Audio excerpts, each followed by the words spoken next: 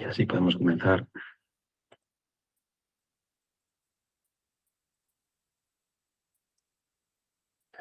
Bueno, buenos días a todos y muchas gracias por participar de este webinar sobre inteligencia artificial en la práctica, aspectos a tener en cuenta a la hora de incluir la inteligencia artificial en los productos y los procesos internos de cada una de las empresas. Este webinar parte de un ciclo de conferencias que realiza el Hub Data Live junto a ClusterTech Galicia y que vamos a estar realizando al menos con una periodicidad mensual, pensamos. Y este webinar nace con el objetivo un poco de ofrecer un análisis práctico y aplicado sobre los factores clave que deben considerar las empresas al incorporar soluciones de la inteligencia artificial, desde la calidad y gobernanza de los datos hasta las exigencias legales, la propiedad intelectual, los modelos de gestión de riesgos y abordaremos también las claves para una adopción responsable, segura y competitiva de la inteligencia artificial en el contexto empresarial gallego. Hoy este webinar va a ser presentado por José Manuel Sindín, que es abogado de Sistemius, y también nos acompañan Javier Doval, gerente de área de Data Life, y Óscar Santos, gerente de ClusterTech Galicia. Entonces, inicialmente le queremos dar la palabra a Javier. Cuando quieras, si quieres, podemos. Pues muchísimas gracias. Buenos días a todos. Gracias por asistir a este seminario que organizamos conjuntamente con el ClusterTech. Bueno, a los que no nos conozcáis, que probablemente algunos ya nos conocéis, ya os suena ese nombre que tenemos, Data Life, DIH, Digital Innovation Hub Data Life, pues sabéis que nos dedicamos a tratar de facilitar el acceso a las tecnologías transformadoras, como la IA que nos trae hoy a este webinar, y otras muchas más a nuestro ecosistema gallego, ¿no? Y todo esto en conexión con Europa, porque somos un hub europeo. Entonces, compartimos viaje con el ClusterTech en potenciar y facilitar el acceso a este tipo de tecnologías y con todos vosotros, que al final sois el verdadero canal con el que las empresas pueden incorporar todas estas tecnologías, ¿no? Yo, antes de que entréis en los interesantes detalles del cómo y qué hay que tener en cuenta, sí que quería compartir con vosotros algunas reflexiones o perspectivas que tenemos nosotros desde Data Life, ¿no? Nosotros participamos en distintos proyectos europeos relacionados con la IA. Por ejemplo, participamos en un gran proyecto europeo en el ámbito del agro y la industria alimentaria que se llama AgriFood Tech, que es un proyecto de testeo y experimentación de algoritmos de IA aplicados al mundo agro, y es un megaproyecto de más de 10 países, 60 millones de euros, donde estamos testeando algoritmos, validando datos que necesita la IA, ¿no? Y además os sonará el tema de las factorías de inteligencia artificial, que no hace mucho se concedieron y tuvimos la buena noticia que al CESGA le concedieron una, ¿no? Ahí participamos, además de otros agentes, nosotros, también Data Life, y la semana que viene tenemos el kick-off, el arranque de este proyecto, que es también un megaproyecto para Galicia que tenemos que saber aprovechar entre todos, ¿no? Desde Data Life pensamos que es muy importante estar atentos a estas oportunidades, a las oportunidades que se va a generar en el ecosistema gallego con este proyecto de Health AI, que es el nombre de la Factory de Galicia, que esperemos estar arrancando este mismo año 2026. Por lo tanto, estar bien sintonizados tanto para la factoría como para las otras oportunidades que pueden estar viniendo. Lo que vemos es que España, en general, comparado con otros países, pues no está nada mal en el grado de adopción de la IA. Evidentemente, esto depende mucho de los sectores, pero en general, en términos generales, no estamos mal. Estamos, yo diría, en una posición intermedia hacia arriba, quizás. Y bueno, tenemos que mirar a los mejores, como siempre, ¿no? Para tratar de no perder este tren, que va a ser un tren clave para todos, ¿no? Hoy creo que vais a hablar bastante de la AI Act, ¿no? De la ley de inteligencia artificial. El otro día leía pues una especie de comparativa muy interesante, ¿no? En todo este mundo que está viniendo, que decía que la AI Act o la ley de IA es como el motor del coche, la Data Act o ley de datos europea es como el combustible, porque todos los algoritmos necesitan, como sabéis, muchísimos datos para entrenarse y obtener buenos resultados. Entonces, bueno, se está montando un ecosistema rápidamente regulatorio que es muy importante tener en cuenta, ¿no? Que se suma ya a cosas que ya existían, ¿no? Pero la ley de IA, la ley de datos, la Digital Services Act, junto con la reglamentación europea de protección de datos de carácter personal, todo esto está confirmando un ecosistema regulatorio y de oportunidad que es muy importante tener en cuenta. Por lo tanto, no me quiero enrollar más y lo dicho, que aprovechéis mucho el curso y gracias por asistir. Si queréis estar sintonizados, como os decía, de todo lo que va a ir viniendo este año, que no va a ser poco, por parte de DataLife, pues os aconsejo que sigáis nuestro LinkedIn y nuestras redes sociales para estar al día. Gracias, compañeros. Muchísimas gracias, Javier. Óscar, cuando quieras.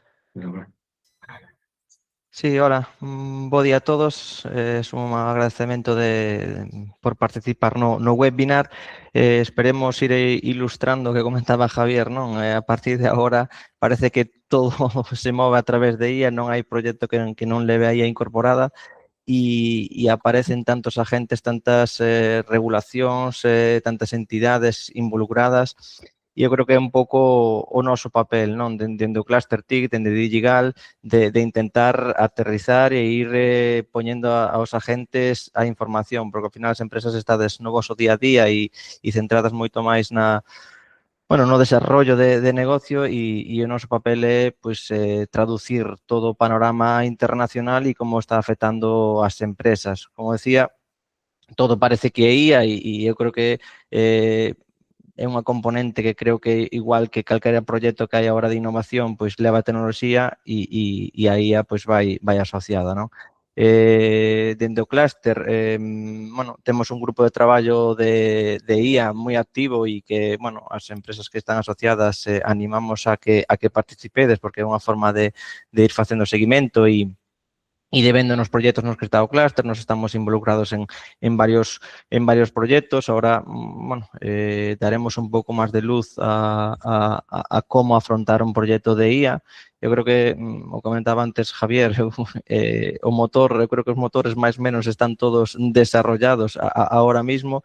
Eu creo que fai falta a gasolina e sobre todo, preparar ben esa gasolina. Nos estamos aí en varios produtos, en varios proxectos que o principal problema que nos encontramos é como están os datos estruturados e como podemos ler eses datos, porque aí ao final, os LLMs máis menos están todos desarrollados e agora hai que empezar a aplicala e que as empresas empecen a visualizar a aplicabilidade da IA, non? Entón, eu creo que aí temos todos unha responsabilidade de ir sumando os distintos agentes e ir poñendo a disposición das empresas. Comentar tamén que en breve daremos difusión, pero do CPD que hai no CSA vamos a poñer a disposición, sobre todo na fase de desarrollo de proxectos, un equipamento de grande capacidade para poder traballar e entrenar modelos de IA. Por tanto, simplemente comentarvos de facer seguimento ás nosas redes, participar na medida do posible dos webinars que vayamos convocando e intentaremos ir traducindo todo que vai evolucionando día a día, ¿no? Muchísimas gracias, Óscar. Ahora sí vamos a dar con la presentación de Manuel Sendín y luego, al final de la misma, abriremos un periodo para vuestras preguntas y con el panelista. José, cuando quieras. Hola, buenas, gracias Andrés, gracias Óscar, gracias Javier. Os voy a compartir una presentación que tengo y empezamos, ¿vale? Cuando se cargue y me digáis que la veis, pues vamos adelante, ¿vale? Bueno, me escucháis bien, ¿no? Sí. Bueno, como dijo Andrés, en esta sesión que es una sesión muy introductoria, ¿vale? Porque al final cada supuesto de hecho y cada modelo o cada proceso en el cual una empresa, con independencia de su tamaño, quiera usar o implementar la IA en sus procesos, hay que verlo con calma y verlo en el contexto, tanto en el sector en el que se mueve. Partimos de la base de que estamos en entorno TIC, es importante valorarlo, ¿vale? Por tanto, todo lo que comentemos o veamos, pues tiene un carácter introductorio, informatorio y sobre todo para hacernos un mapa general o una contextualización de en dónde nos movemos, ¿vale? Y después, evidentemente, pues cada cosa o cada situación o cada proyecto hay que verlo en concreto, ¿vale? Como buen abogado, pues tengo que hacer ese disclaimer inicial porque después siempre decides que lo dijo el abogado. Entonces, la visión de la presentación pues es contextualizar cómo es la IA y cómo desde el punto de vista, si yo fuese vuestro asesor o otro abogado fuese vuestro asesor o dentro de vuestras empresas, el responsable de área legal o del departamento legal, qué preguntas tendría que hacer o cómo lo tendría que ver cuando alguien desde la parte de negocio le dice que, o desde la parte de IT, le dice que quieren incluir procesos o usar herramientas de inteligencia artificial en su día a día, ya sea para mejorar los procesos internos o bien para incluirlo en los productos o servicios que comercialicéis o que sean objeto de negocio. Como bien comentaba antes Andrés, pues vamos a hablar un poco de la gobernanza, del marco regulatorio, de la propiedad intelectual, de algunos posibles riesgos y finalmente acabaremos con unos primeros pasos, ¿no? O qué es lo que nos deberíamos plantear a la hora de iniciar un proyecto de inclusión de la IA en nuestra organización. Como bien comentaba también ahora Óscar, evidentemente la inteligencia artificial bebe de los datos, ¿no? Entonces hay una descripción muy buena que puede ser que la IA es tan buena como lo son sus datos. Por lo tanto, a partir de la información que nosotros le proporcionemos a los distintos modelos, obtendremos unos resultados u otros. Y esto está en correlación o en conexión con la parte del reglamento de la IA que hace referencia a la gobernanza del dato y las medidas o técnicas que se tienen que utilizar o obligaciones que imponen para utilizar los datos y evitar problemas o consecuencias perjudiciales, ¿no? O que pueden derivar en algún tipo de responsabilidad. Partiendo de qué entendemos por la gobernanza del dato, más allá de que esto después viene, creo que es en el artículo 10 del propio reglamento de la IA, de manera sintética, se puede entender que son esas políticas, ¿no? Esos procesos que nos permiten a nosotros validar y determinar tanto la calidad como la integridad y la seguridad y trazabilidad de los datos. Para que la gobernanza sea coherente y respete lo que se establece en el reglamento, pues tiene que haber respetar los principios de transparencia, responsabilidad y privacidad. Y al final esta gobernanza o este tipo de estructura de la manera en que captamos los datos, los limpiamos, establecemos el conjunto de datos o dataset, pues viene en función de cada uno de los modelos y en cada una de las acciones que queramos realizar con esos modelos y la finalidad. Al final, lo que nos impone la normativa, que no es algo exclusivo ni característico de la IA, sino que ya es una tendencia que suele establecer el legislador, y el principal ejemplo es, sobre todo, por ejemplo, en materia de protección de datos personales, es que los reglamentos establecen el marco, pero al final cada uno de nosotros como personas obligadas o que vamos a entrar en el ámbito o marco de actuación o de cumplimiento del reglamento, pues tenemos que cumplir, ¿no? Y esto, pues aquí se ve tanto en la gobernanza de datos como en el sistema de gestión, ¿no? de la seguridad de la información o el plan que tenemos nosotros para controlar que todo lo que estamos haciendo es coherente, ¿no? Nos dicen los marcos, las obligaciones, pero el cómo lo llevamos a cabo es algo que tenemos que nosotros hacer internamente, tenerla en otro contexto, una responsabilidad proactiva, decidir nosotros cómo lo hacemos y sobre todo después lo que nos van a pedir son las evidencias, ¿no? Que es también lo que se menciona en el reglamento a través del concepto de documentación técnica. Los elementos prácticos que tenemos que tener en cuenta en relación con la gobernanza, pues evidentemente tener muy claro cuáles son los datos que estamos tratando, de dónde los obtenemos, ¿no? Y ahí es lo que pongo en esa primera parte, ¿no? De inventario de fuente de datos y clasificación en función de su criticidad.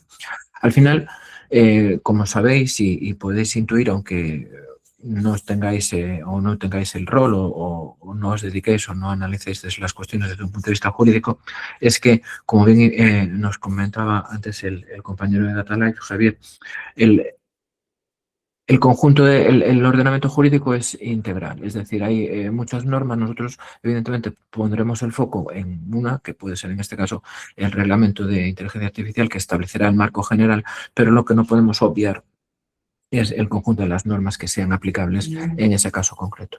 Y, por tanto, una de las cuestiones en relación más importantes respecto de la IA es los datos que utilizamos, cómo lo entrenamos, cómo lo utilizamos y dónde obtenemos los resultados. Y eso es a lo que me refiero cuando hago ahí la referencia a la expresión de en función de la criticidad. ¿Por qué? Porque dependiendo del tipo de dato, si es un dato sensible o no sensible, si es un dato sintético o que nos hemos creado para establecer ese conjunto de dataset para el entrenamiento del modelo o no, tiene que ir en correlación con las distintas medidas que vamos a utilizar y los controles que vamos a utilizar para cumplir con lo que nos pide el reglamento. Evidentemente, y de hecho en el propio reglamento se establece una excepción al uso de datos especialmente sensibles, ¿no? Si bien, si recordáis y lo conocéis y lo habéis tenido que tener en cuenta cuando hicisteis en su momento la adaptación para la normativa de protección de datos, hay datos especialmente sensibles, ¿no? Y en este caso, por ejemplo, en el proyecto que mencionaba el compañero Atalay respecto de cuestiones de salud, todo lo relativo con la salud son datos especialmente sensibles que vienen mencionados en el artículo 9 del reglamento y que el consentimiento no es suficiente, sino que es necesario otras circunstancias para poder utilizarlo. Pues bien, dentro de los supuestos en los cuales nosotros queramos implementar o utilizar datos de esa naturaleza con un sistema de IA, en principio no debemos utilizar esos datos, sino que tendremos que utilizar datos sintéticos, como he dicho antes, es decir, un conjunto o un dataset que hemos nosotros creado artificialmente en base a los parámetros o las etiquetas que necesitemos para los resultados, pero en determinadas circunstancias el reglamento sí que permite utilizarlos, ¿vale? Los datos, digamos, especialmente sensibles. Y eso tiene que ir en correlación con las medidas que nosotros utilicemos después, que es un poco lo que se pone en el segundo punto, ¿no? En relación con controles de acceso y registro. Es decir, tenemos que tener muy claro dentro de la organización a la hora de llevar a cabo este proceso de entrenamiento y utilización antes de salir al mercado, los parámetros de quién puede acceder y para qué puede acceder y cómo accede. Es decir, establecer los controles de permisos y, evidentemente, tener las evidencias. Al final, todo esta cuestión o entorno de cumplimiento normativo, que es un poco en lo que se centra la normativa en general que vincule a los datos y de la inteligencia artificial en sentido estricto, es una cuestión de cumplimiento normativo, de establecer los parámetros, los protocolos, las normas internas, la gobernanza, por eso así denominamos esta primera parte de las diapositivas, que nos permite establecer ese conocimiento interno, esa estructura interna de cómo se accede a la información y para qué se accede y cuándo se accede. Y, evidentemente, como he dicho antes ya en varias ocasiones, recoger las correspondientes evidencias de cara a, bien si nos queremos certificar porque hay una ISO específica en materia de IA, o bien para evitar algún tipo de responsabilidad si es que ha ocurrido, ¿no? Es decir, nosotros tenemos que emplear lo que tradicionalmente se dice en el ámbito jurídico como la diligencia debida, es decir, poner de nuestra parte todo lo que sea necesario para que todo aquello que nosotros utilicemos se demuestre que lo hemos hecho lo mejor posible y teniendo en cuenta parámetros objetivos, ¿no? Y por eso también trae un poco a colación la existencia de esa ISO específica en materia de inteligencia artificial. Para que el resultado sea óptimo y para evitar problemas y malos resultados y eventuales responsabilidades, pues necesitamos, como decíamos antes, que el dataset esté limpio, claro y ordenado. Por eso pongo ahí limpieza continua de duplicados, inconsistencias y errores. Y otro elemento que también está claramente conectado con esto es la trazabilidad, ¿no? Que es lo que se denomina también con esa expresión de data lineage, de documentación de origen y la transformación de los datos que se han realizado. En este sentido, dependiendo del contexto, pues yo lo que os recomiendo siempre es que si vais a utilizar datos, pues que los datos estén como mínimo pseudo-anonimizados y en el mejor de los casos utilizar datos anonimizados o datos sintéticos, no utilizar datos reales, ¿vale? Esto también va un poco después con lo que mencionaremos o que también tiene que ver con las políticas internas en relación con lo que se comenta o se considera como la shadow AI, ¿no? Es decir, el uso de herramientas de inteligencia artificial por miembros de las empresas, digamos, para sus tareas normales dentro de la actividad que le corresponde, pero que, digamos, eso no está amparado por unas políticas de la organización, es decir, utilizar, pues, por decir uno, ¿no? ChatGPT o lo que sea, pues para hacer una tarea y darle los datos reales, ¿vale? Para obtener el resultado. Ahí nos ponemos en una situación de riesgo que debemos evitar, que es lo que se denomina eso de Shadow AI, o AI, perdón, que para pronunciar correctamente, y que tenemos que dentro de las políticas o de ese cumplimiento normativo, pues tener claro que no debería ocurrir y mitigarlo, ¿no? Un ejemplo muy básico de que a lo largo de las diapositivas os pondré algunos ejemplos, ¿vale? Pero un ejemplo muy básico de este tipo de cosas o de lo que no deberíamos hacer ante una determinada circunstancia o qué vamos a hacer ante una determinada situación es que, por ejemplo, nosotros a nivel interno dentro de nuestros procesos pues tenemos el CRM, ¿vale? Tenemos el sistema de gestión de la información de nuestros clientes y potenciales clientes para los contactos, los leads, etcétera. Y decidimos pues utilizar herramientas de IA de terceros para mejorar y beneficiarnos, ¿no? Y hacer un análisis de Big Data y ver dónde están esos potenciales leads que nosotros a lo mejor nos estamos perdiendo o que por el volumen de datos no podemos gestionar o que consideramos que queremos usar una herramienta que nos simplifique todo este procedimiento, ¿no? Entonces, nos planteamos ese proyecto internamente y establecemos como objetivo lo que pongo ahí, ¿no? Priorizar oportunidades comerciales con la IA, ver quiénes son los leads, si el punto en el que está, si ya hemos contactado con él, si han sido clientes, si son clientes, si fueron pero dejaron de serlo, etcétera, ¿no?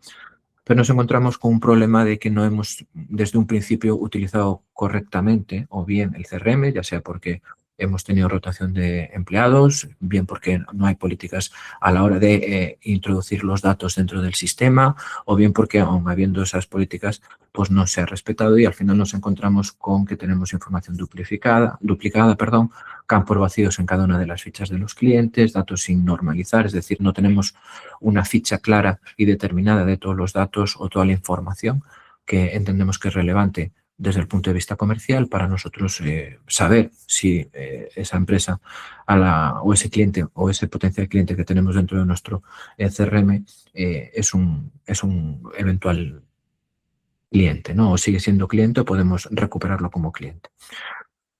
¿Qué es lo que deberíamos hacer? Y esto aquí lo pongo, pero esto evidentemente no es desde el punto de vista legal, es desde el punto de vista de negocio, ¿no? El paso previo, pues establecer o plantearnos como en primer lugar obtener la mayor calidad de los datos y la normalización antes de utilizar el modelo de IA. Es decir, limpiar el dataset y establecer, hacer un repaso y una vez que ya tengamos todo estructurado y claro, pues empezar a utilizar el modelo. Y el resultado pues sería una mejor precisión, menores errores y menor riesgo reputacional, ¿vale? Ese es el objetivo fundamental. Ahora, ¿qué tendríamos que tener en cuenta desde el punto de vista legal en este mismo proyecto? Porque aquí lo hemos visto desde el punto de vista estrictamente de negocio.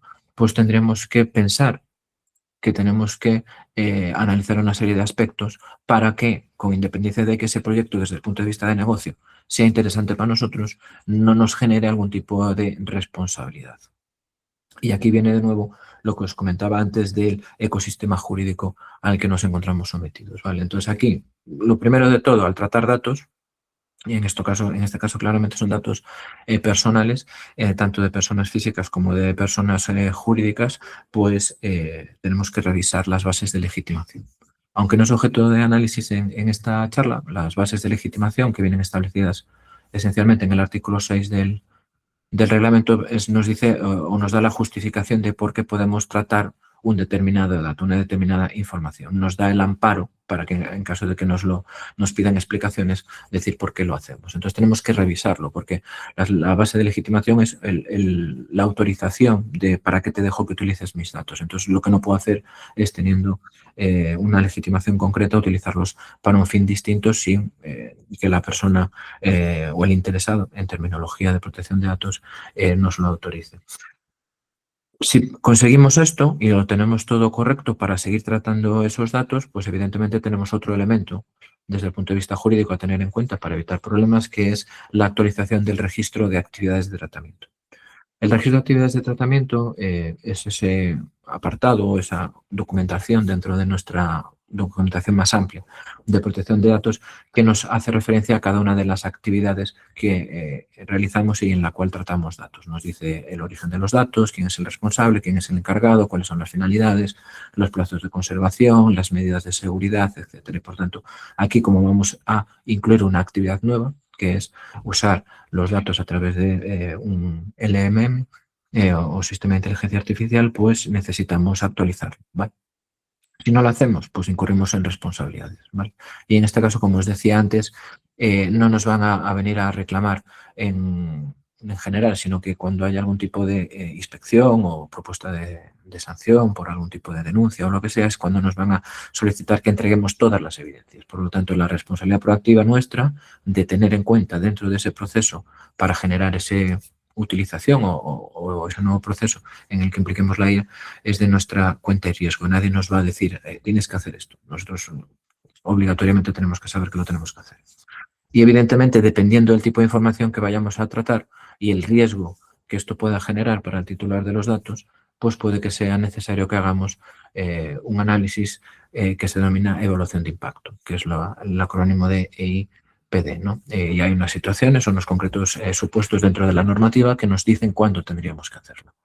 Por lo tanto, una de las, el primer consejo que os doy desde este punto de vista cuando vamos a utilizar o vamos a implementar el uso de la inteligencia artificial dentro de alguno de nuestros proyectos o nuestros procesos internos es que veamos no solo la utilidad o la estructura desde el punto de vista de negocio, sino que le preguntemos a nuestra área de legal, oye, ¿puedo hacer esto que quiero hacer? Y si el de área de legal te dirá sí, no o depende. Entonces ahí lo que tendremos que hacer es ver en qué punto estamos desde el punto de vista normativo para cumplir las obligaciones que nos imponga la norma y hacer los cambios previos antes de iniciar el procedimiento de uso, ¿vale? No, por ejemplo, la evaluación de impacto es obligatoria hacerla antes del tratamiento de datos que estamos valorando si el riesgo que se genera es asumible o no es asumible. Por tanto, todo esto que estamos viendo o esta pata dentro de lo que es la valoración o el análisis de la potencialidad del uso y la viabilidad del uso de la IA en un proceso interno, tiene que llevarse a cabo todo ello antes de empezar a usarlo, ¿vale? No podemos verlo en paralelo o acordarnos después cuando lo estamos utilizando vamos a consultarle a los compañeros del departamento legal si lo que estamos haciendo es correcto, ¿vale? Porque en carácter general siempre te van a decir, siempre decimos, depende, hay que ver el caso concreto, pero lo que no podemos es ir a posteriori, ¿vale? Porque ahí sí estamos incurriendo en un riesgo legal importante. Que el 99% de las ocasiones no pasará nada, pero basta que pase una vez para que el nivel de posible sanción en la que incurramos nos cause un perjuicio, si no es irreparable, pero sí importante, ¿vale? Entonces, dentro de la diligencia y de las políticas de la empresa, pues tenemos que incluir siempre consultar con el área legal antes de iniciar cualquier uso. Y esto es lo mismo que os comentaba antes de permitir el uso a cualquier miembro de la empresa de cualquier herramienta, ya sea Gemini, Cloud, ChatGPT, etcétera. Es decir, los sistemas que todos utilizamos o que utilizamos con carácter general, se puede decir ya en nuestro día a día para simplificar actividades o para hacer actividades o para que nos dé ideas para hacer las actividades que tenemos que hacer. Hasta aquí todo más o menos correcto, entendido en esta primera parte muy de contextualización. Creo que sí. Sí. Como os decía antes y hemos hablado ya en varias ocasiones, pues hay todo un ecosistema jurídico, ¿vale? Que tendríamos que analizar en cada caso. Evidentemente, la norma marco en este caso va a ser desde mi punto de vista siempre el reglamento de la IA y el reglamento general de protección de datos. La única manera de que no utilicemos o que no estemos sometidos al reglamento de protección de datos es que utilicemos datos anónimos o inventados, es decir, ese dataset de datos sintéticos o datos anónimos. Si utilizamos datos pseudo anonimizados, sí que se encuentran sometidos igualmente al Reglamento General de Protección de Datos, porque hay una posibilidad de reversión, ¿vale? Aunque establezcamos los adecuados controles para diferenciar en dónde está la tabla con el dato real y la tabla con el dato pseudonimizado con el código de identificación, es posible que se haga el proceso inverso. Por tanto, ahí sí que nos sometemos al Reglamento General de Protección de Datos. En caso contrario, solo si es anónimo o un dato sintético, estamos fuera del RGPD, ¿vale? Y después he puesto como mención pues la DSA, que también la comentó antes el compañero de Data Live, la DMA, que es la Digital Market Act, y evidentemente ahora también dijo la Data Act. Es decir, todo el conjunto de normas. Puse estas por poner las que son más conocidas, pero al final esto no para y por tanto no nos podemos establecer una foto de aquellos elementos o normas que sí que son, digamos, el marco o la base general, pero en el fondo tenemos que estar siempre pendientes de revisar nuestro caso concreto, ¿vale? Y por tanto los compañeros del área legal de vuestras empresas lo tendrán más presente y sobre todo porque a lo mejor en el sector en donde estáis es un sector más regulado, más controlado y por tanto hay normativa sectorial específica a tener en cuenta, ¿vale? Pero tened siempre en cuenta, eso es el primer consejo, ¿vale? La parte legal incluidla dentro del proceso de ideación e implementación.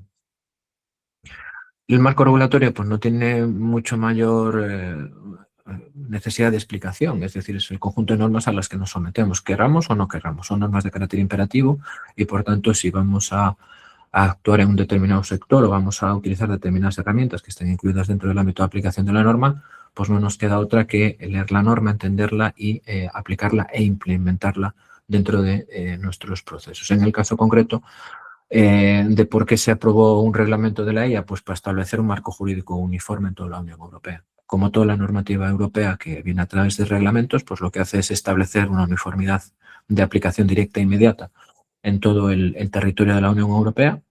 Lo mismo se puede decir de cuando son directivas, pero la diferencia entre el reglamento y la directiva es que el reglamento se aplica de manera inmediata y directa, tal cual sale de los órganos legislativos de la Unión Europea, mientras que la directiva, como bien sabemos, lo que nos establece son los fines o los objetivos y después cada país, a través de la transposición, lo adapta a su ordenamiento jurídico, ya sea creando nuevas normas o bien adaptándolas.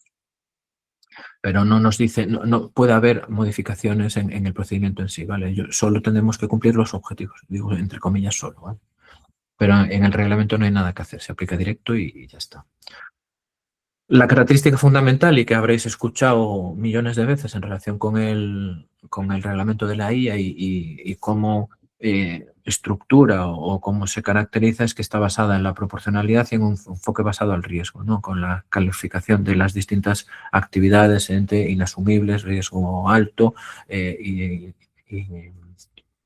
modelos generativos, ¿no? De inteligencia artificial generativa. Y la finalidad o el alcance es la prohibición de prácticas inaceptables y el fomento del desarrollo de la innovación responsable, ¿vale? Estos son, digamos, como los objetivos del reglamento. ¿Y cómo se lleva a cabo? Pues a través de todo el articulado. Al igual que ocurre ha ocurrido con el Reglamento General de Protección de Datos, que si bien se aprobó en su momento y entró en vigor, pero se aprobó en el 16, pero fue plenamente exigible en el 2018, en el reglamento de la EIA, pues se está haciendo algo de manera parecida. Es decir, se ha publicado y están entrando en vigor de manera paulatina distintos aspectos o ámbitos del reglamento hasta creo que es en el próximo verano, en donde ya será plenamente exigible todos y cada uno de los apartados del reglamento. Por tanto, también tenemos que tener esto presente a la hora de llevar a cabo el uso o implementación de las herramientas de IA, ¿vale? Aquí, como veis, y aprovechando un poco o como coletilla, ¿no? de una charla vinculada a la IA, pues le pedía a NotebookLM en base, compartiéndole el reglamento, que me hiciese un diagrama sobre la estructura de la norma, ¿no? En función de esto que estamos hablando, de los riesgos, etcétera. Los voy a emplear un poco porque creo que así pequeño no lo veis bien. El enfoque basado en el riesgo pues establece la típica pirámide de riesgos, en donde se establece en la cúspide, ¿no? Los riesgos inaceptables o prohibidos, que es el artículo 5, los de alto riesgo, que son que hay que cumplir determinadas normas, que es el artículo 6, la generativa, que es el que está en amarillo, y después los de riesgo mínimo. Y como ejemplos de las inaceptables, pues son estos que están aquí abajo, ¿vale? Esto al final se encuentra descrito y detallado pormenorizadamente en cada uno de los distintos artículos del reglamento, en el artículo 5, 6 y siguientes. Y, por ejemplo, las que están prohibidas son las de manipulación subliminal, los que establecen el scoring social, los reconocimientos de emociones, el scrapping facial, cuestiones relacionadas con aspectos biométricos y la actuación policial predictiva, ¿no? Que esto es un poco como la película aquella que había de Tom Cruise, ¿no? Que se sabía que se iba a cometer un delito cuando estaba en la mente, pero el precon ya nos decía que se iba a cometer, ¿vale? Pues un poco en esa línea, ¿no? Yo te los traigo estos ejemplos simplemente para que lo tengamos en contexto, porque parto de la base de que todos sabemos esto, en el sentido de que nos han machacado y nos han explicado y al menos quizás yo creo que esa es la parte en la que todo el mundo tiene conocimiento de esa clasificación, de los que son inaceptables o inasumibles y los que tienen el riesgo alto, que son aquellos en los cuales, digamos, es en donde más sentido tiene el contenido de lo que estamos hablando hoy, ¿vale? En este sentido, pues los artículos que creo que debéis tener presentes o que marcan el contexto normativo importante para los sistemas de riesgo alto son los que veis ahí en la pantalla, el 9, el 10, el 11, el 13, el 14 y el 15, que hablan respecto de los distintos apartados y que coincide esencialmente con el contenido de lo que estamos analizando o queremos analizar en la sesión de hoy. En el artículo 9 hace referencia a la gestión de los riesgos, que aquí lo que nos dice es establecer un plan de cumplimiento normativo. Como sabéis, ya desde el año 2015 las personas jurídicas pueden estar exentas de responsabilidad. Antes no existía una responsabilidad penal de persona jurídica, ahora sí que lo existe con esa modificación del Código Penal del año 2015 y se atenúa o se exime a las empresas siempre que acrediten en la existencia de un plan de cumplimiento normativo, ¿no? Lo que habéis entendido también, escuchado en una ocasión como compliance o compliance officer, la persona que os ayuda a ese cumplimiento normativo, que dependiendo del sector es obligatorio tenerlo ya implementado, ¿no? Y en el ámbito TIC, sobre todo pues, vinculado a la investigación, al carácter sanitario, biomédico, etcétera, yo creo que es muy interesante, muy necesario tener un plan de cumplimiento normativo. Pues para la IA, pues os recomiendo a todos también implementarlo, ¿vale? Si vais de verdad a intentar aplicar o utilizar la IA en vuestros procesos o dentro de los productos o servicios que vayáis a comercializar, es importante e imperante, y de acuerdo con lo establecido en este artículo 9, que tengáis un plan de cumplimiento normativo, en donde se establezca cómo se puede usar la herramienta y todos los controles, ¿vale? Al final, y creo que el parámetro aquí más adecuado es la ISO específica que hay de IA, que os servirá también para cumplir la gestión de los riesgos, el control de los riesgos y, sobre todo, tener las evidencias para poder acreditar que lo hemos cumplido, ¿no? Que es un poco lo que se establece aquí en el último punto, ¿no? Que dice exigir la prioridad de la eliminación o reducción del riesgo por diseño y solo cuando no sea posible medidas organizativas. Es decir, tenemos que diseñar o plantearnos hacer las cosas bien desde el principio y si por cualquier circunstancia eso no nos da el 100% de seguridad, pues establecer más controles, ¿no? Más políticas internas. La parte 10, que es lo que hemos estado hablando ahora, del dato y la gobernanza y de cómo acreditar que estamos utilizando la información de la manera más correcta posible. El reglamento nos viene a decir que los datos tienen que ser los más exactos, puros y limpios que podamos, que establezcamos un dataset coherente y correcto y que no tengamos mayores problemas, ¿no? Y en este sentido pone prácticas, en el punto 2 lo veis, ¿no? Impone prácticas de gobernanza de datos, es decir, documentar el origen, el modo de recogida, el propósito original, en caso de datos personales, procesos de limpieza, anotación, actualización, asunción sobre lo que representan los datos y examen sistemático de sesgos. Aquí, evidentemente, los datos, antes lo he mencionado por defecto, ¿no? Con carácter general, todo lo relativo a la legitimación de datos personales, pero evidentemente uno de los mayores problemas es el sesgo, ¿no? Y de hecho hay ejemplos, ¿no? De hace algunos años ese chatbot, creo que fue en Facebook, ¿no? Que lo pusieron y que empezó a responder en base a un sesgo que tenía y acabó dando comentarios xenófobos y racistas y tuvo que ser retirado. Vale, pues aquí el problema del sesgo es quizás uno de los más reales, ¿no? En base también a ese punto de black box que hay en toda IA, que no sabemos exactamente qué es lo que hace, cómo evoluciona, sobre todo cuando estamos hablando ya de aprendizaje profundo, ¿no? Aquí esta diapositiva, si queréis, os la comparto, ¿vale? Porque en realidad esto lo que es como un resumen, una síntesis de lo que establece en la norma, ¿vale? Que a lo mejor como norma de consulta pues os sirve, ¿vale? La documentación técnica, pues es cómo nosotros acreditamos que estamos haciendo las cosas bien, ¿vale? Y entonces aquí os lo pongo, ¿no? Obliga a que antes de poner en el mercado un servicio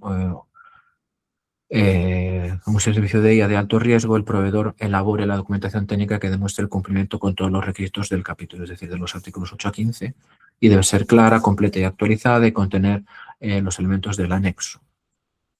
Y sirve como base para que las autoridades y organismos notificados puedan evaluar la conformidad. Y en productos regulados sectorialmente se integra con la documentación técnica exigida por estas normas. Al final es un poco lo que hemos mencionado antes en relación con el sistema de gestión de la información, ¿vale? Y de los controles y de los protocolos. La supervisión humana, esto es evidente que tenemos que tenerla, y en función del tipo de herramienta, pues el grado de supervisión tiene que ser mayor o menor. Todos conocemos desde hace mucho tiempo, por ejemplo, el problema de las decisiones automatizadas o la elaboración de perfiles, que tienen consecuencias directas en la persona que sea afectada, ¿no? El ejemplo tradicional era el que siempre se ponía, el de los bancos, ¿no? Y el de la decisión de si te conceden un crédito o no, si te cierran la cuenta o no, en base a un análisis de Big Data de la persona, del cliente o potencial cliente de la entidad financiera, y al final yo tengo derecho siempre a que me lo revise un ser humano, ¿no? A no ser objeto de decisiones automatizadas, es lo que se dice en el ámbito de propiedad de protección de datos, perdón. Y evidentemente hay el botón del pánico, ¿no? Que en algún momento tenemos que ser capaces de desconectar el sistema si vemos que no funciona correctamente o que está dando resultados que nos ponen a la empresa o a la entidad en una situación de claro riesgo. Y por último, la parte de infraestructura de seguridad y de ciberseguridad. Aquí un ejemplo o otro consejo directo que os doy es que si vamos a utilizar las herramientas, intentemos por todos los medios posibles no utilizar las herramientas de su versión gratuita. ¿Por qué? Porque tenemos un acceso muy limitado a todo lo que viene siendo la configuración de la herramienta, en dónde están los datos, para qué se utilizan, etcétera. Es decir, tendríamos que siempre intentar buscar una versión de pago y una versión profesional en donde podamos negociar hasta cierto punto cómo se utilizan, cómo se almacenan y la reutilización o el entrenamiento de los sistemas con nuestros datos o con la información que nosotros le proporcionemos. Que yo siempre os recomiendo que en las fases de prueba nunca utilicemos datos reales y solo una vez que ya tengamos todo controlado y sepamos que está todo bien, podemos empezar a utilizarlo de manera correcta. Y evidentemente adoptar todas las medidas de ciberseguridad que podamos en relación con el entorno, el almacenamiento, el encriptado, todo este tipo de cosas, las copias, todo lo que necesitemos y todo lo que sepáis, que sabéis más que yo, desde el punto de vista de ciberseguridad, aplicarlo, ¿vale? Pero el principal punto es eso, no utilizar versiones gratuitas, ¿vale? Eso lo digo como recomendación general, ¿vale? Ahora aquí nos ponemos en otro punto, que es en el punto del negocio, ¿vale? En el punto de si soy yo quien crea el producto, o sea, quien distribuye el producto, lo comercializo, o si soy yo quien lo utiliza, ¿no? Y ahí tenemos dos niveles de obligaciones o dos aspectos o dos prismas de la misma situación en la que tenemos que ver uno u otro. Como proveedores, pues tenemos que clasificar correctamente el sistema del M, de la inteligencia artificial, dependiendo del nivel de riesgo, que es lo que hemos mencionado anteriormente en la pirámide que vimos. Para sistemas de alto riesgo, pues establecer la gestión, la calidad de los datos, la documentación técnica, etcétera. Y desde el punto de vista de usuarios o implementadores, pues tenemos que ser responsables de utilizar la herramienta que sea correcta. Antes de utilizarla, pues ver la evaluación de impacto, si se va a generar una situación de riesgo para los derechos de los titulares de los datos, y el etiquetado del contenido generado o manipulado por la IA, ¿no? En caso de los deepfakes, información sensible, ¿no? Estos días o estas semanas es muy... en varias ocasiones se ha llamado la atención, ¿no?, respecto a la generación de imágenes y vídeos falsos, ¿no?, utilizando la imagen de otra persona y que puede generar situaciones de riesgo, ¿vale? Y aquí, evidentemente, la excepción que pueda haber en relación con esta última situación es que este contenido que se genere sea claramente un contenido de parodia o de algún tipo de contexto de esa materia. Pero si estamos hablando de un contexto serio, que se va a utilizar esa información de una manera seria, pues tenemos que claramente identificarlo. También por un principio de transparencia, para que, igual que yo os puse antes ahí el asterisco de que esas imágenes me las ha generado Notebook LM, pues cuando nosotros utilicemos o empleemos cualquier tipo de información o contenido, producto o servicio en el que se ha visto implicado la IA, debemos decirlo. Y también esto se incluye también, por ejemplo, en los términos y condiciones de vuestras páginas web, que tampoco hay que irse muy lejos, ¿no? Cuando implementéis un chatbot de respuesta automatizada, pues en los términos y condiciones se tiene que establecer, estamos utilizando un chatbot, estáis hablando con un chatbot, etcétera, y establecer la posibilidad de apagar ese chatbot o en su caso de que esa persona hable con un humano, ¿vale? Son cosas que parecen obvias, pero que dentro del marco del contexto o revisión jurídica de la actividad las tenemos que tener en cuenta, ¿vale? Y, por ejemplo, la implementación de chatbot en webs para atención de la primera comunicación de un usuario, de un potencial usuario, está más que consolidado y, por tanto, debemos tenerlo en cuenta. Como de tiempo vamos un poco justos, cortamos en donde tú quieras, Andrés, porque son y 20, entonces hablo, si quieres, muy por encima de esta parte de propiedad intelectual o mejor, lo que os comparto la diapositiva y os la quedáis, lo que parece que tiene un poco más de sentido es esto sería como un ejemplo de matriz de riesgo, ¿no? Que tenemos que tener en cuenta a la hora de implementar está hecha en general para el sector TIC, ¿vale? De posibles situaciones de riesgo que se pueden generar, pero sobre todo esta última parte, ¿vale? De primeros pasos o qué tengo que hacer cuando decido o en mi empresa estamos intentando establecer la IA, ¿no? Entonces, ¿por dónde empiezo? Pues los procesos internos. Vale, valorar en dónde estamos, a dónde queremos llegar y todo esto, incluyendo siempre en ese proceso, no solo a negocio, sino también a la parte legal. Los casos de uso que utilicemos para implementar o experimentar, por decirlo de alguna manera, o usarlo por primera vez, pues que no sean altamente críticos para la empresa, sino que se basen en procesos que tenemos muy controlados, que tienen un importante volumen dentro de la empresa, pero que no son críticos y que nos permiten a nosotros entrenar correctamente al modelo. Evidentemente, no utilizar situaciones complicadas al inicio. Es decir, esto es como todo, estamos testeando una herramienta, tenemos que ver cómo va y una vez que ya la tenemos más configurada, más adaptada, más consolidada, no solo desde el punto de vista técnico, sino también desde el punto de vista legal, pues ir utilizándola en otros procesos más sensibles.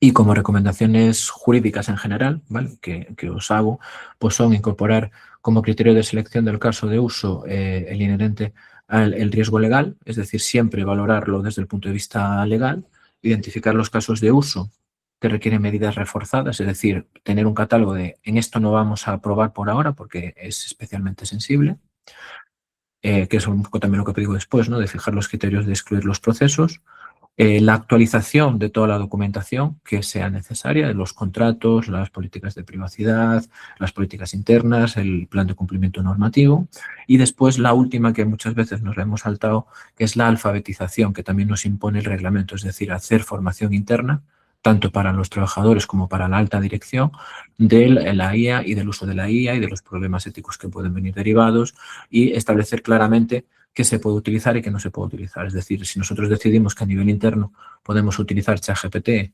Gemini o Cloud para la gestión interna, pues establecer una política, los usos, establecer o contratar la licencia correspondiente, establecer el marco jurídico y de ciberseguridad y establecer los límites o capar la herramienta dentro de lo que nosotros consideremos necesarios para evitar situaciones de riesgo. Por ejemplo, se puede capar en ChatGPT, por decirlo de alguna manera, el uso de agentes externos, de personas que han creado ese agente que no está dentro de la organización y solo permitir el uso de agentes creados por nosotros mismos o por el departamento de IT. Y eso desde el punto de vista legal en general, ¿vale? Me he quedado sin tiempo, podríamos hablar muchísimo más, pero yo creo que el objetivo que tenía hoy en esta charla es daros una contextualización y sobre todo que incluyáis al departamento legal, ¿vale? En el procedimiento, que no vayáis al abogado, por decirlo de alguna manera, o al compañero de legal y lo metáis en una sala y le digáis, mira, hemos hecho esto, hemos estado entrenando esto, lo tenemos listo para salir al mercado, está bien jurídicamente. Entonces, que lo metamos al inicio, ¿vale? Para evitar problemas o retrasos, porque si no incurrimos en riesgos legales. Y sin más, pues eso. Gracias por haber escuchado a un abogado, que a veces es un ladrillo, y cualquier cosa que os quede a vuestra disposición, ¿vale? Cuando quieras, Andrés. Muchísimas gracias, Manuel. Ahora, pues, queríamos dar un espacio para preguntas y no sé si quien quiere empezar o quien tiene una pregunta, pues adelante. Que no seáis tímidos.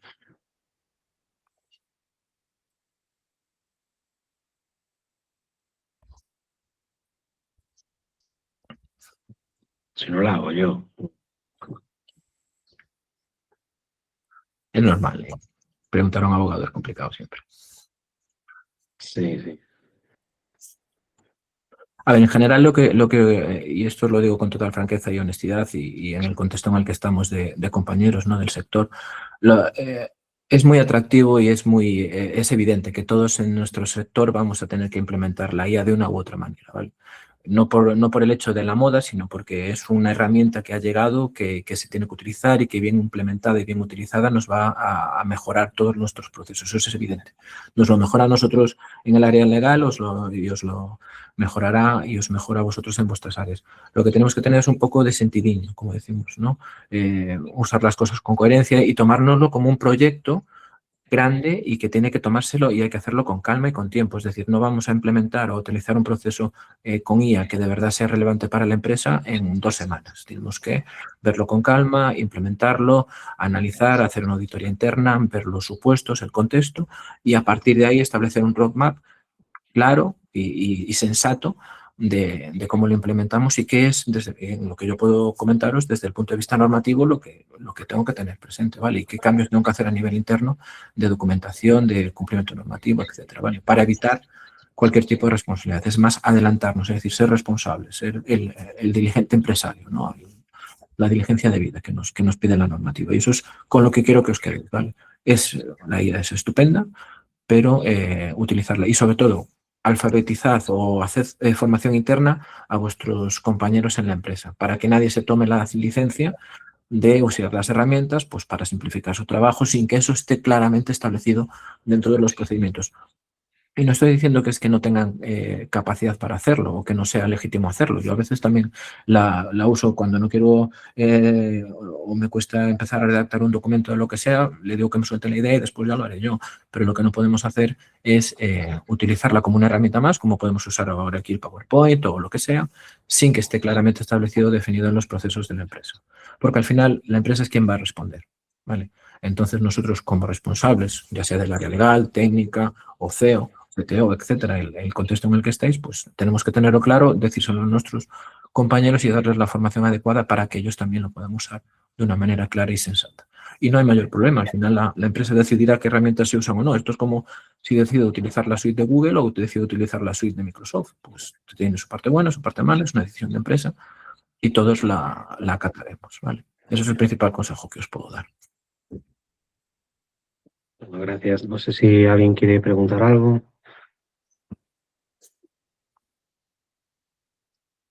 Si no, pues agradecerte, José Manuel. Yo creo que, bueno, pues como dices, tiene esta parte derivada interna en cuanto a usar herramientas dentro de los propios trabajadores de la empresa y de tener cuidado de a quién le das tus datos o información que pueda ser, digamos, riesgosa para el interior, pero también esa hacia afuera en los productos que realizamos. Yo lo que sí que uno ve o observa de este reglamento de inteligencia artificial es lo que le está costando, sobre todo no a las grandes empresas, pero sí a las pymes o tal, tratar de comprender esto o saber exactamente si lo que están realizando cumple con todos los requisitos legales.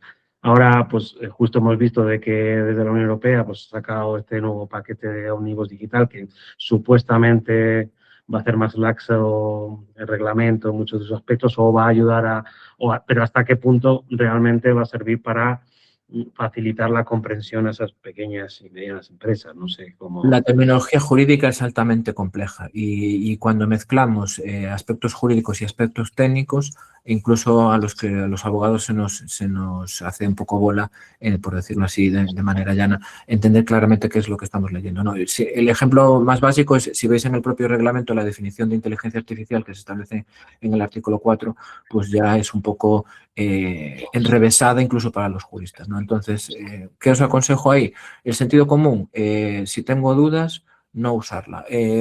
Lo que se está utilizando ahora es que si simplemente estoy utilizando la licencia de ChatGPT, por decir un ejemplo, para una pregunta en concreto, para algo en concreto dentro de mis funciones, no estamos sometidos a, es decir, no somos proveedores, somos usuarios finales y por tanto estamos sometidos a la licencia que tengamos y al sentido común a la hora de dónde compartimos la información y qué hacemos con ella, ¿vale? Porque ahí corremos el riesgo de usar la información para algo que no debemos, ¿vale?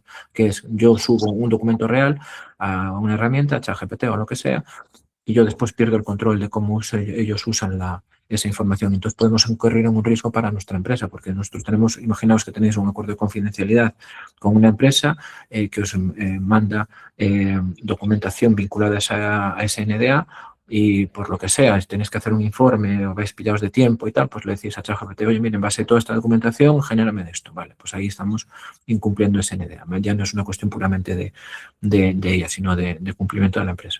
Y si soy yo el que pone el producto en el mercado, pues ahí sí que asumo el rol de proveedor y, por tanto, ahí sí que te respondo de que la herramienta esté, como ponía antes, ¿no? Adecuadamente clasificada, que cumpla con todos los parámetros, que tengamos la documentación técnica, que esté la gobernanza del dato establecida claramente. Por tanto, hay que verlo desde esos dos prismas, desde el usuario o consumidor o desde el que lo proveedor o implementador, que también utilizan esa denominación en el reglamento, ¿vale? Para cuando nosotros... Al final, lo que te dice el reglamento en la definición de proveedor es que utilizas el producto bajo tu marca. Es decir, tú haces una adaptación, por decirlo de alguna manera, de un ChatGPT o de lo que sea, que lo pones con tu nombre y lo cedes a terceros mediante licencias. No lo usas mediante licencias, que alguien te paga. Pues ahí sí eres proveedor o distribuidor. Y por tanto, ahí sí asumes el rol de que eso tiene que estar principalmente correctamente clasificado dentro de los parámetros, porque si tú para comercializarlo falsamente dices que no es de riesgo inasumible, estás incumpliendo el reglamento y te va a quedar una sanción. Si lo clasificas correctamente de alto riesgo, pues tienes el siguiente paso, que es acreditar que cumples con aquello que tienes que cumplir para comercializarlo. Esto es como cualquier producto que nosotros vendamos, pues tiene que haber unas garantías, unos requisitos legales para la comercialización. Pues esto es lo mismo, ¿vale? Pero la nomenclatura, estoy de acuerdo contigo, Andrés, es compleja. Pero para eso tenemos a los compañeros de legal. Claro. Perfecto, bueno, pues agradecerte, José Manuel, tu tiempo y agradeceros a todos la participación. Y nada, pues cualquier duda que os surja a posteriori, pues yo creo que podéis escribir al clúster y la derivamos. Sí, igual que si queréis las diapositivas, ¿vale? Yo se las mando ahora a Andrés y quien la quiera que se la pida y la tiene, ¿vale? Perfecto. Bueno, pues muchísimas gracias a todos. Gracias por vuestra participación y gracias a ti de nuevo, José Manuel. Un placer, siempre, cuando queráis. Hablamos. Gracias a vosotros. Gracias, buenos días. Gracias. Muchas gracias, hasta luego. Gracias, hasta luego.